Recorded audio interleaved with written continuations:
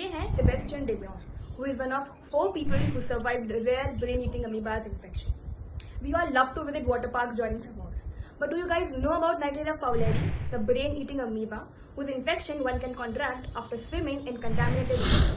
ये एक rare infection है और इसकी मोर्टालिटी के चांसेस 95% से ज़्यादा रहते हैं। नाइग्लेरिया फाउलेरी जिसे ब्रेन ईटिंग अमीबा कहा जाता है, ये एक पैरासिटिक इन्फेक्शन है जो कि fresh warm water rivers, lakes, ponds, thermal springs और सॉइल में पाई जाती है। जिस पानी के अंदर ये अमीबा प्रेजेंट होती है, उस पानी के अंदर स्विम करने से ये अमीबा उस पर्सन के नोज के थ्रू एंटर करके मेनिंजेस तक पहुंचती है वाया क्रिबिफ्रॉम प्लेट और वहां पहुंच के ये ब्रेन की टिश्यू को डिस्ट्रॉय करती है, कॉजिंग प्राइमरी अमीबिक मेनिंगोएन्केफेलाइटिस।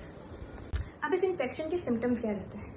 इस अमीबा के इन्फेक्शन के बाद पेशेंट को headache, fever, nausea, vomiting, loss of taste and smell, altered mental functions जैसे कुछ सिम्टम्स रहते हैं।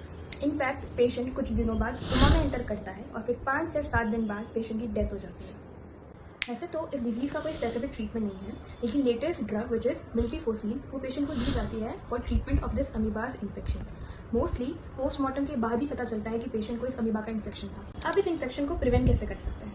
First of all avoid using non chlorinated warm fresh water, क्योंकि अमीबा वार्म वाटर के अंदर ही पाई जाती है। Wear nose clips while swimming, ताकि अमीबा नोज के थ्रू एंटर ना कर सके।